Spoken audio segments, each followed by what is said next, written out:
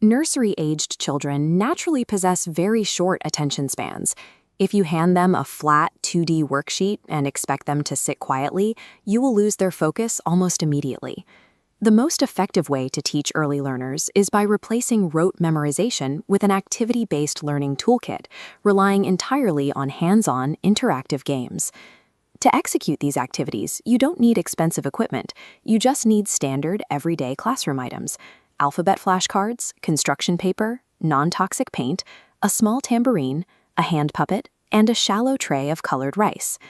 There is one strict rule for managing this toolkit. You must cap every single activity at 10 to 15 minutes. Pushing past that window leads straight to frustration and fatigue. Shifting a classroom from passive listening to active play replaces frustration with rapid, natural discovery.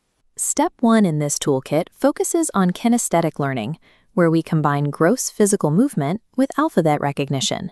This diagram shows the ideal setup for an alphabet jumping game.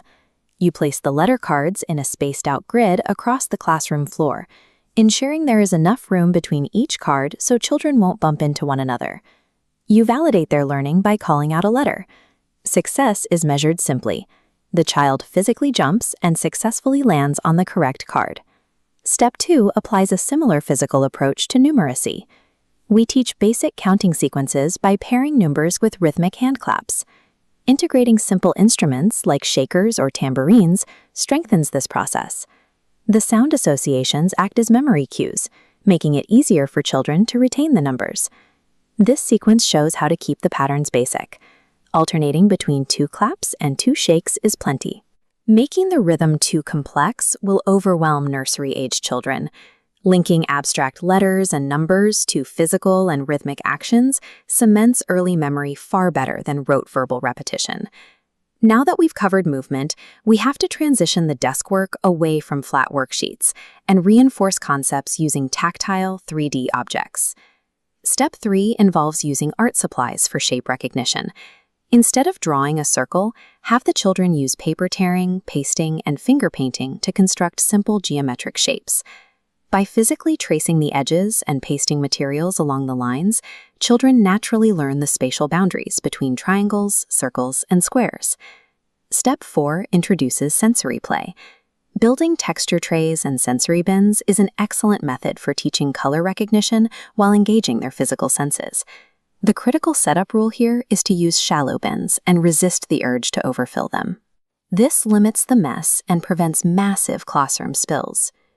As the child sifts and digs through the tray, they learn to differentiate textures and identify distinct objects, like pulling smooth glass beads out of the rice.